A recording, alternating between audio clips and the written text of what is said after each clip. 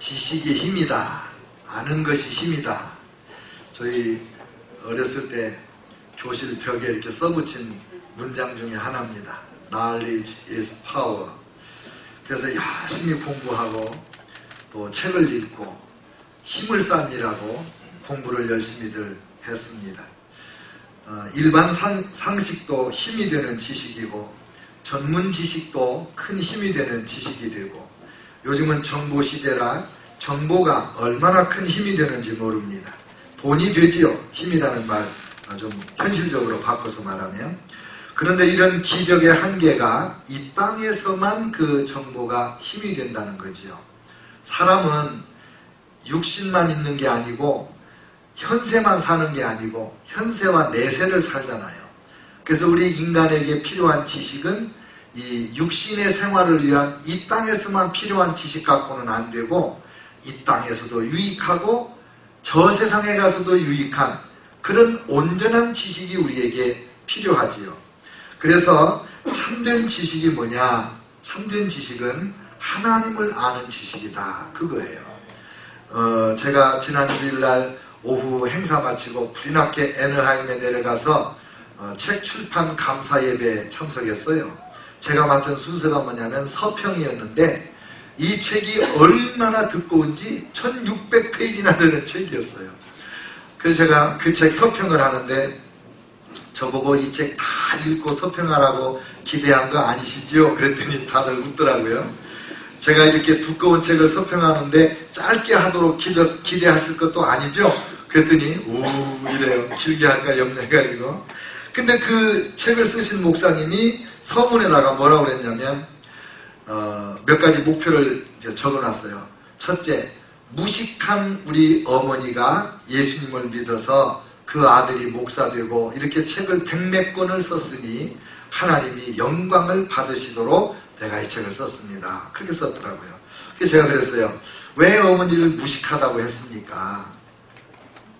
성경 말씀 잠언 1장 7절에 여호와를 경외하는 것이 지식의 근본이라고 했는데 그 어머님이 예수님 믿어서 온 집안이 구원받고 이렇게 훌륭한 목사가 나왔는데 어떻게 그 어머니를 무식하다고 썼습니까? 아마 무학자라서 그렇게 쓰신 것 같은데 우리 어머님도 무학자였지만 예수님 믿고 저는 한 번도 어머님을 무식하다고 생각해 본 적이 없습니다. 목사님 어머님도 그렇지요. 그러니까 그렇다고 고개를 끄덕끄덕 하시더라고요. 하나님을 아는 지식이야말로 현세와 내세에 우리에게 유익하고 복이 되는 진정한 지식이 되는 거예요. 그리고 우리가 하나님을 얼마나 아느냐, 이게 왜 중요하냐면 내가 하나님을 얼마나 의지하느냐는 내가 하나님을 얼마나 아느냐에 달려있어요. 내가 아는 하나님이 100이면 내 믿음은 아무리 커도 100이에요. 근데 내가 아는 하나님이 만이라면 내가 하나님을 적당히 믿는 것 같아도 1000 이상을 믿을 수가 있지 않겠어요.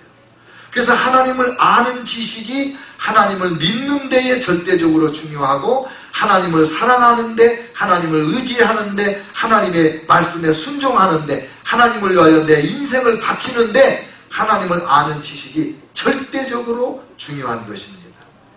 진정한 하나님을 아는 지식이 무엇일까? 그게 우리의 고민 아니겠어요? 그래서 오늘은 여호와를 송축하라 이런 제목이지만 제 원고에다가는 제목 옆에 가로해 놓고 여호와를 알자 이렇게 써놨어요. 왜냐하면 우리가 하나님을 찬양하는 것도 하나님을 아는 만큼 찬양하는 거예요. 내가 모르는 하나님을 어떻게 찬양하겠어요?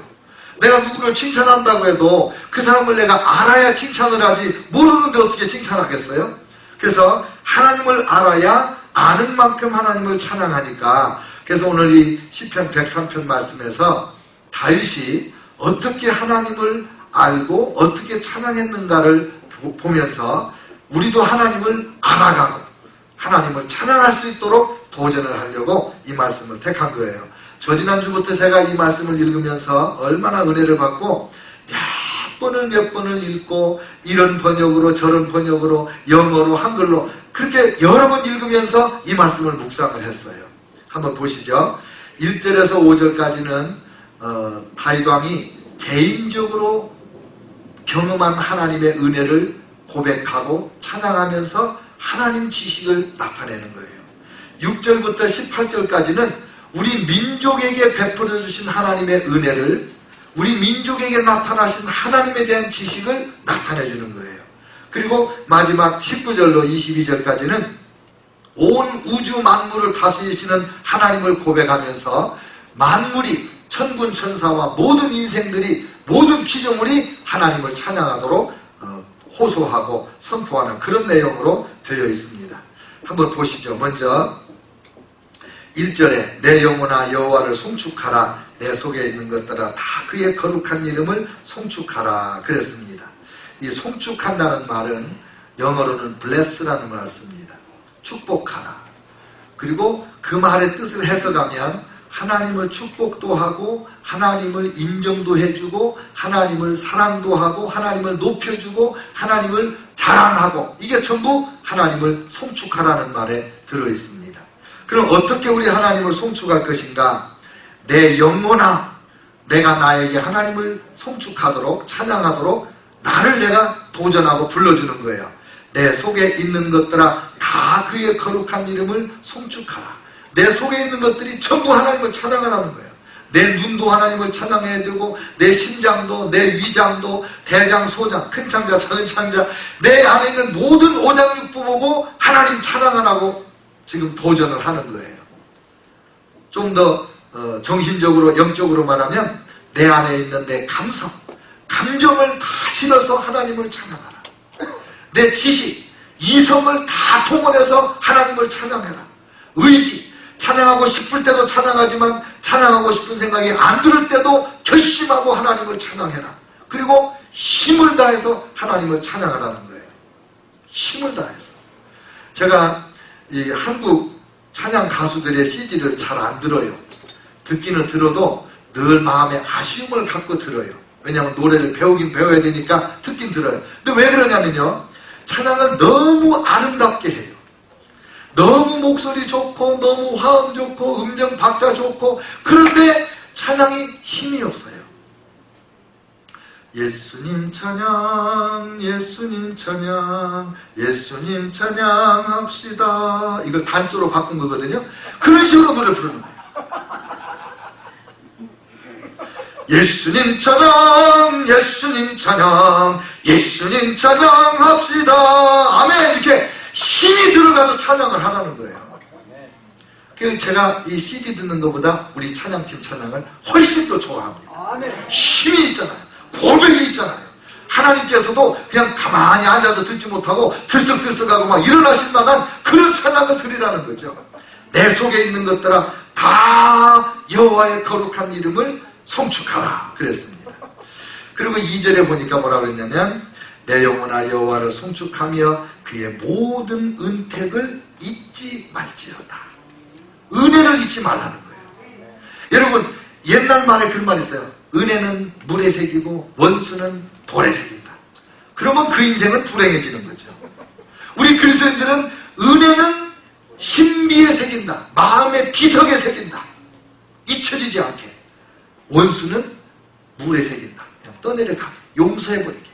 그래야 하나님의 백성들이 평안하고 형통하지 않겠어요. 그러니까 하나님의 은혜를 받았다 그러면 마음판에 꽉 새겨놓고 절대로 잊지 않고 그 은혜를 생각하면서 하나님을 찬양하고 하나님께 감사하고 하나님께 눈물을 쏟아놓으면서 고백을 하고, 그냥 틈만 나면 그 은혜를 말하지 않을 수가 없어서 예수님을 자꾸 얘기하다 보니까 전도가 되고 그러는 거 아니겠습니까? 하나님의 은혜를 잊지 마라. 우리가 하나님을 아는 방법은 하나님을 경험하는 건데, 하나님 경험이 은혜 받는 거예요. 그래서 지금 다윗 왕이 6가지 특별한 하나님에 대한 고백을 해요. 3절부터 그가 내 모든 죄악을 사하시며 내 모든 병을 고치시며, 세 번째 내 생명을 파멸해서 속량하시고, 네 번째 은혜와 긍휼로 관을 씌우시며, 다섯 번째 좋은 것으로 내 소원을 만족하게 하사, 여섯 번째 내 청춘을 독수리같이 새롭게 하시는도다. 놀라운 고백이에요. 보세요. 그가 내 모든 죄를 사하신다. 우리 하나님은 죄를 용서해 주시는 하나님이십니다. 저와 여러분의 죄를 우리 하나님께서 깨끗하게 용서해 주시기 위하여 아들 예수님을 십자가에 못 박아 피 흘리게 하시지 않았습니까? 우리가 지옥에 가야 되는데 우리 대신 예수님이 베드로전서 3장 19절에 지옥에 떨어지지 않았습니까? 그래서 그 예수님이 우리가 지옥에 가야 될 것까지 죄가를 다 지불해서 우리 죄를 용서해 주시는 거예요. 여러분, 하루하루 순간순간 우리가 지은 죄가 얼마나 많은지 모릅니다. 가끔 우리 눈에도 우리 죄가 보이지만은 눈 밝으신 거룩하신 하나님 눈에는 우리의 지은 죄가 얼마나 더 적나라하게 보이겠습니까? 근데 하나님이 그 모든 죄를 용서해 주셨습니다. 다윗왕은 한 번밖에 죄진 것이 없는 것 같이 성경에 나오잖아요. 근데 그 용서받은 것을 최고 먼저 하나님을 고백하고 찬양을 하는 거예요. 두 번째, 내 모든 병을 고치시며 병을 고쳐주시는 하나님, 여호와 라파의 하나님, 병에 걸리면 고쳐주시고 또 병에 걸리지 않도록 건강을 지켜주시는 하나님이십니다. 이 세상에 병이 진짜로 많습니다. 2만 가지가 된다나요? 어쩐다나요? 근데 그 많은 병이 지나가고 지나가는데 우리를 하나님께서 건강하게 지켜주신 거 아닙니까? 저희 큰아이가 어제 30살이 됐네요. 근데 그 아이가 어렸을 때 머리를 다쳐서 병원에 여러 번 갔고 언젠가 저희 집사람 간증했는지 모르겠어요. 자꾸 이 머리가 곪고 골마가지고 나중에는 우리 집사람이 면도칼로 째고 입으로 고름을 빨고 그리고 그 고약을 붙여가지고 그렇게 해서 나았거든요. 지금도 이 머리에 큰 흉이 있습니다. 그렇게 병원을 자주 다니다 보니까 이 아이가 면역력이 떨어져서 모든 감기는 다 걸리는 거예요. 그 어린아이가. 그러니 뭐 약으로 그 해결할 길이 없어가지고 한의사님한테 가가지고 한약으로 그 저항력을 길러주는 약을 그 2살짜리가 얼마나 오래오래 먹었는지 모릅니다. 그때 내가 깨달았어요. 진짜 병도 많다. 진짜 감기도 많다. 근데 우리가 지금 몇 번 병 걸렸다가 나은 적도 있으시겠지만 이렇게 건강하게 사는 거 여호와 라파 치유하시는 하나님의 은혜인 줄로 믿습니다. 그러니까 우리가 하나님 앞에 감사하지 않을 수 없고 치유하시는 하나님을 찬양하지 않을 수가 없습니다. 세 번째, 내 생명을 파멸해서 속량하신다. 다른 성경에 보면은 무덤에서 건져주신다. 그런 말로 번역을 해놨어요. 우리가 인생을 살면서 파멸을 당할 만한 위기가 얼마나 많은지 몰라요. 그런데 그 파멸에서 우리를 건져주시는 거예요. 사망의 음침한 골짜기에서 우리를 건져주시는 거예요. 다윗은 전쟁을 많이 했습니다. 쏟아지는 그 화살 속에서 그리고 막 이 눈앞에서 번득거리는 칼부림 속에서 그 생명을 지켜주신 그 하나님을 찬양하면서 여호와는 나의 목자시니 내게 부족함이 없으리로다. 시편 23편에서 뭐라고 그랬습니까? 내가 비록 사망의 음침한 골짜기로 다닐지라도 해받음을 두려워하지 않을 것은 주께서 나와 함께 하십니다. 하나님이 우리를 건져주시는 거예요. 하나님이 우리를 환난에서부터 건져주시는 거예요. 하나님께서 우리가 그동안에 겪었던 수많은 경제적인 어려움이나 건강의 어려움이나 대인관계 어려움이나 부부관계 문제, 자녀의 문제, 친구 문제, 비즈니스 문제 많은 정말 죽고 싶은 그런 어둠 속에서 우리를 건져주신 분이 누구냐? 하나님이라는 거예요. 그래서 우리가 어려운 일을 당해도 두려워하지 않아요. 왜? 하나님께서 또 건져주실 거니까. 그래서 하나님을 찬양하고 하나님을 노래하고 하나님을 자랑하고 그 하나님 말씀이라면 뭐든지 믿고 순종할 수 있는 그런 믿음이 생겨나는 거 아니겠습니까? 그 다음에 네 번째, 인자와 긍휼로 관을 씌우사. 하나님께서 우리를 불쌍히 여기셔서 우리를 높여주신다는 거예요. 면류관을 씌워주신다는 것은 우리에게 영광을 허락해 주신다는 거 아닙니까? 우리는 비록 낮고 천한 사람이지만 비천한 존재지만은 예수님을 믿고 난 다음에 우리를 하나님의 자녀를 삼아주셨습니다. 누가 우리를 욕하면 하나님이 벌 주신다고 그랬습니다. 누가 우리를 축복하면 하나님이 그 사람 복 주신다고 했습니다. 그만큼 우리를 하나님이 귀하게 만들어 주신 거예요. 이 땅에 살 동안에 내 이름으로 등록된 집이 한 채도 없을 수 있습니다. 그런데 우리가 죽으면 천국에 가면 우리 집이 있습니다. 요한복음 14장 보세요. 저희 신혼여행 가가지고 첫날 밤에 예배를 드릴 때 읽은 본문이 요한복음 14장입니다. 왠지 아세요? 그 본문에 이런 게 나와요.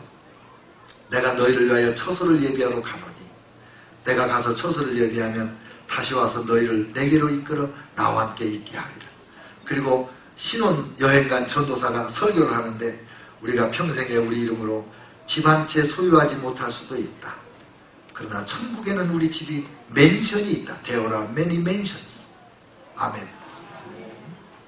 하나님께서 우리를 존귀하게 만들어주시고 우리의 모든 것을 하나님이 아름답게 만들어주시고 천한 자를 존귀한 자로, 낮은 자를 높은 자로, 무식한 자를 유식한 자로, 어리석은 자를 지혜로운 자로, 가난한 자를 부유한 자로 우리에게 관을 심어주시는 그 하나님의 은혜, 목동의 자리에서 이스라엘의 주권자의 자리로 올려주신 그 하나님을 다시 고백하는데 우리도 지금 하나님 나라의 왕자 공주된 그 은혜를 고백하는 그것입니다. 하나님이 관을 씌워주십니다. 면류관을 씌워주세요. 믿습니까? 그런 하나님을 사랑하는 거지요. 인자와 긍휼로 관을 씌우신다. 예레미야 선지자는 이렇게 말했어요. 애가 3장 22절 23절에서 여호와의 인자와 긍휼이 무궁하심으로 우리가 진멸되지 아니함이니이다. 이것이 아침마다 새로우니 주의 성실이 크도소이다. 아침마다 하나님이 인자와 긍휼로 관을 씌워주셔서 아침마다 하루를 살아가는데 용기 있게 주님이 우리를 만들어주신다는 그 말씀 아닙니까? 다섯 번째, 좋은 것으로 내 소원을 만족하게 하시며 소원을 만족하게 해주신다. 기도를 응답해 주시는 하나님을 찬양하는 거예요. 하나님은 우리의 기도를 응답해 주십니다. 항상 내가 생각한 것보다 더 좋은 걸 주시고 항상 내가 구했던 것보다 더 큰 걸 주시고 영광스러운 것으로 채워주시는 하나님이십니다. 어떤 때는 상상도 못했던 것을 공급해 주시는 거예요. 고린도전서 2장 9절에 이렇게 말했습니다. 하나님께서 자기를 사랑하는 자들을 위하여 얘기하신 모든 것은 사람이 눈으로 보지 못하고 귀로도 들어본 적도 없고 마음으로 생각해 본 적도 없는 것들이라고 말씀을 했습니다. 하나님은 우리에게 좋은 것을 응답해 주십니다. 그래서 기도하는 거죠. 그래서 아침에 일어나면 성령님 안녕하십니까? 예수님 안녕하세요. 하나님 안녕하십니까? 아침에 하나님과 인사하고 그리고 그 하나님의 은혜로 하나님 오늘도 팍팍 밀어주세요. 주님 뜻대로 삽니다. 이러고 하루를 시작하니까 얼마나 멋있어요? 그래서 여섯 번째가 되는 거예요. 내 청춘으로 독수리같이 새롭게 하시는구나. 나를 축복을 주시는 하나님이라 그 말 아닙니까? 나를 복 주셔서 강한 자를 만들어 주신다는 거 아니에요? 독수리가 뭡니까? 새 중에 새 아닙니까? 하늘의 제왕이 아닙니까? 그 여러분과 저를 독수리같이 만들어 준다는 거는 후줄근하게 어깨 늘어뜨리고 고개 툭 떨구고 이러고 오늘도 죽지 못해 사로 산다 이렇게 살게 내버려 두신 하나님이 아니고 아침마다 인자와 긍휼이 새로워서 힘있게 용기있게 험한 산도 넘어버리고 강도 건너버리고 골짜기도 뛰어넘어버리는 그런 삶을 살게 해주시는 능력이 어디서 오냐? 청춘으로 독수리같이 만들어주시는 그 하나님께로부터 오는 거예요. 그리고 우리 성도들은 다윗과 같이 내가 믿는 하나님, 그 다윗이 믿는 그 하나님이지. 다윗에게 이 6가지 복을 주신 그 하나님, 나에게도 똑같이 복을 주시는 그 하나님이지. 이거 믿고 사는 거 아닙니까? 그래서 아무것도 없는데도 기죽지 않고 당당한 거예요. 옛날에 우리 학교 다닐 때 여학생이 그래요. 황의정 씨, 예. 왜 그 전도사들은 그렇게 장가를 잘 가요? 그래. 그 뭔 소리예요? 그러니까. 아이고, 뭐, 제가 보니까 형편없는 사람들인데, 어떻게 이렇게 부인들은 잘하는지 모르겠어요? 이래. 그냥, 아니, 아직도 그거 몰라요? 하나님이 사랑하는 자니까 그렇죠. 하나님이 사랑하는 자에게는 범사에 이런 복이 임하는 거예요. 여러분, 목사님들 아시는 분들한테 한번 물어보세요. 목사님하고 사모님하고 결혼해서 누가 손해봤어요? 다 누가 이익받냐 그러면 목사님들 다 자기가 이익받다고 그래. 알아. 목사님들 그 정도는 주제 파악을 하고 살아야죠. 그 어떤 하나님을 찬양했어요? 죄를 용서해 주시는 하나님, 모든 병을 고쳐주시는 하나님, 모든 시련과 역경에서 건져주시는 구원의 하나님, 나를 존귀하게 만들어주시는 하나님, 그리고 기도를 응답해 주시고 나를 독수리같이 만들어 주시는 하나님. 여러분, 이 하나님을 우리가 어찌 찬양하지 않을 수가 있겠습니까? 그 다음에 다윗은 자기 민족을 축복하신 하나님을 고백하면서 찬양을 해요. 6절에 보니까 여호와께서 공의로운 일을 행하시며 억압당하는 모든 자를 위하여 심판하시는도다. 이집트에서 430년 종살이 했는데 하나님의 공의가 어디 있습니까? 하나님의 언약의 약속은 어디로 갔습니까? 얼마나 10대가 내려가도록 가슴을 치며 공의의 하나님을 기다렸겠어요. 때가 되니까 모세를 보내셔가지고 공의로운 심판을 하여 10가지 재앙으로 이집트를 초토화시키고 200만 명이 넘는 노예를 한꺼번에 해방하는 하나님의 기적의 역사가 나타나지 않았습니까? 공의로운 심판이 반드시 옵니다. 세상을 살다 보면 왜 꼭 입에서 이 말이 나오려고 그랬는데 왜 저 새끼는 왜 쟤는 저렇게 악한 놈이 잘 되냐? 왜 저는 아프지도 않고서 이렇게 오래오래 사냐? 저 도둑놈이, 저 나쁜 놈이. 근데 왜 나는 이렇게밖에 못 사냐? 그런 억울한 심정이 들 때가 한두 번은 다 있어요. 근데 여러분, 반드시 주님 말씀하신 대로 됩니다. 눈을 닦고 봐도 악인이 보이지 아니하리라. 그들이 쌓아놓은 성, 그들이 쌓아놓은 그 재물, 그들이 심은 포도원, 그들이 지은 집이 의인의 차지가 되는 날이 반드시 옵니다. 그만큼 오래 사시기를 축원합니다. 시간 문제입니다. 반드시 하나님의 정의의 심판대로 이 세상이 되는 줄을 믿습니다. 그래서 억울한 일을 당하고 억울한 죽임을 당하는 수많은 사람들이 미치지 않고 하나님 나라에 가는 믿음을 지킬 수 있는 거예요. 이걸 믿었습니다. 모세를, 그 행위를 모세에게, 그의 행사를 이스라엘 자손에게 알리셨도다. 그렇게 해서 구원받은 이스라엘 백성들이에요. 근데 그 민족이 하나님을 신실하게 섬겼습니까? 변함없이 순종을 했습니까? 하나님 제일주의로만 살았습니까? 아니잖아요. 얼마나 광야 40년 그리고 사사시대 왕정시대 얼마나 죄를 많이 지었습니까? 그 모든 걸 돌아볼 때 이 다윗 왕이 고백하지 않을 수 없는 게 바로 8절이에요. 여호와는 긍휼이 많으시고 은혜로우시고 노하기를 더디하시고 인자하심이 풍부하시도다. 자주 경채가지 아니하시며 노를 영원히 품지 아니하시리로다. 우리 민족의 죄를 따라 우리를 처벌하지는 아니하시고 우리의 죄악을 따라 우리에게 그대로 갚지는 아니하셨으니 이는 하늘이 땅에서 높음같이 그를 경유하는 자에게 그의 인자하심이 크심이로다. 우리 민족이 죄를 많이 지었습니다.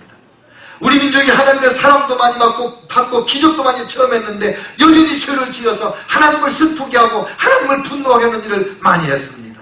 그런데 우리가 죄 지은 대로 우리 민족을 하나님이 징계하신 것이 아니고 하나님이 참아주시고 기다려주신 거예요. 용서해주시고 또 용서해주시고 또 죄 가운데서 회개하면 응답하셔서 죄를 또 한 번 용서해주시고 그런 하나님 아니십니까? 왜요? 이는 하늘이 땅에서 높음같이 그를 경외하는 자에게 그의 인자하심이 크시니라. 하나님은 하나님이시기 때문에 사랑이 많으신 분이기 때문에 우리를 죄대로 갚지 않으신 거 아니겠습니까? 동이 서에서 먼 것 같이 우리의 죄과를 우리에게서 멀리 옮기셨으며 아버지가 자식을 긍휼히 여김같이 여호와께서는 자기를 경외하는 자를 긍휼히 여기시나니 이는 그가 우리의 체질을 아시며 우리가 단지 먼지뿐임을 기억하시니로다. 인생은 그 날이 풀과 같고 그 영화가 들의 꽃과 같도다. 바람이 지나가면 없어지나니 있던 자리도 다시 알지 못하거니와. 우리 인생이 풀이다. 인생의 영광과 영화가 풀의 꽃과 같다. 햇볕 한번 쨍 내려주면 시들어버린다. 먼지 같은 인생이다. 우리 체질이. 그걸 아시는 하나님이 하나님의 공의대로 심판하면 누가 견디겠냐 이거죠. 우리 두고 온 조국 대한민국 정말 죄를 많이 짓습니다. 전국에 한국에 여기저기 교회 가서 집회를 가보면 깨끗하게 잠잘 호텔이 없습니다. 그 많은 호텔이 전부 러브 호텔입니다. 그래도 하나님이 아직도 대한민국을 진멸하지 않는 이유가 뭡니까? 하나님의 자비와 긍휼이 커서 그렇습니다. 미국이 얼마나 죄를 많이 짓습니까? 온 세계의 모든 죄는 미국이 만들어서 수출하는 것 같이 보일 만큼 그렇게 죄가 많고, 그 중에서도 LA에서 만드는 영화와 LA 쪽에서 만드는 포르노와 이 모든 마약과 너무너무 죄가 많고, 수십 년 교회를 다닌다는 대통령께서 무신론자보다도 더 하나님을 대적하고 그런 나라 아닙니까? 하나님이 싹쓸이 해버리고 싶은 생각이 왜 없으셨겠습니까? 많은 하나님은 자기를 경외하는 자들 때문에 이 나라와 우리 조국을 위하여 지금도 참고 계시는 거 아니겠습니까? 하나님을 알아야 하나님을 믿을 수 있고, 하나님을 알아야 그 하나님을 의지할 수 있는 거예요. 무서운 하나님으로 아는 사람이 어찌 하나님 품에 안길 수가 있겠습니까? 자비와 긍휼이 무궁하시고 아침마다 새로운 것을 알아야 아침마다 하나님의 이름을 부르면서 또 힘을 내고 용기를 내고 당당하게 하루를 시작하는 거 아니겠습니까? 그 하나님께서 우리나라와 이 미국을 아직도 지키시고 아직도 참아주고 계시는 것을 아십니까? 그 하나님을 찬양합니다. 그리고 19절로 22절에 여호와께서 그의 보좌를 하늘에 세우시고 그의 왕권으로 만유를 다스리시는도다. 능력이 있어 여호와의 말씀을 행하며 그의 말씀에 소리를 듣는 너 여호와의 천사들이여 여호와를 송축하라. 그에게 수종들며 그의 뜻을 행하는 모든 천군이여 여호와를 송축하라. 천군 천사들 다 하나님을 찬양해야 된다. 왜? 하늘의 보좌를 세워놓고 우주를 다스리시는 하나님이 아니냐 이거죠. 여러분 17절에 여호와의 인자하심은 자기를 경외하는 자에게 영원부터 영원까지 이르며 그의 의는 자손의 자손에게 이르니 곧 그의 언약을 지키고 그 법도를 기억하여 행하는 자에게로다. 하나님을 아는 자, 하나님을 사랑하는 자, 그래서 하나님 앞에 자기의 옷깃을 여미는 자, 하나님이 말씀하시면 주여 말씀하시옵소서 종이 듣겠나이다 하는 겸손한 자, 이런 자들에게 이와 같은 은혜와 자비와 긍휼을 베푸는 거 아닙니까? 다윗 왕이 남달리 이렇게 하나님의 6가지 특별한 은혜를 고백하고 주님을 찬양할 수 있었던 이유가 뭡니까? 다윗은 하나님 앞에 겸손한 자요, 하나님의 말씀에 아멘하고 순종하는 자요, 하나님의 기쁨이 되려고 생명 걸고 주님을 섬긴 자 아닙니까? 그 하나님이 오늘 저와 여러분이 섬기는 바로 그 여호와 하나님, 예수 그리스도의 아버지 하나님이 아니십니까? 우리는 이 하나님을 알고 이 하나님을 찬양하는 거예요. 이 하나님을 높이고 이 하나님을 자랑하고 이 하나님을 널리 소문을 퍼뜨리고, 그래서 우리 하나님이 나와 너의 하나님이요 우리 모두의 하나님이요 우리 민족과 세계의 하나님이신 것을 만민이 알도록, 온 우주가 알도록 우리가 하나님을 섬기는 건 아닙니까? 사랑하는 성도 여러분, 오늘 다윗의 하나님을 나의 하나님으로 나도 고백해야 되겠다. 다윗이 찬양한 대로 나도 하나님을 찬양할 때 나의 신앙 고백으로 찬양해야 되겠다. 내가 경험하여 내 죄로 용서해 주시는 하나님을 경험하고 내 병을 고쳐주시는 하나님을 만나고 나를 모든 무덤에서 파멸에서 건져주시고 인자와 긍휼로 관시와 나를 높여주신 하나님을 내가 경험해야 되겠다. 그리고 나도 다윗과 같이 동일한 하나님을 동일한 말로 찬양을 하고 내 속에 있는 모든 것이 힘을 다하여 하나님을 찬양하는 그런 찬양 예배자가 돼야 되겠다. 이런 결단이 있으시기를 축원합니다. 하나님은 어제나 오늘이나 영원토록 동일하시기 때문에 여전히 하나님을 경외하는 자에게 여전히 이런 은혜를 베푸십니다. 하나님은 능력이 많으시고 하나님은 사랑이 많으십니다. 저와 여러분이 21세기에 하나님의 귀한 사랑을 받고 은혜를 입는, 그래서 누구보다도 다윗과 같이 하나님을 찬양할 줄 아는 그런 인물들 되시기를 축원합니다. 독수리같이 힘있는 남은 여생이 있습니다. 기도하겠습니다.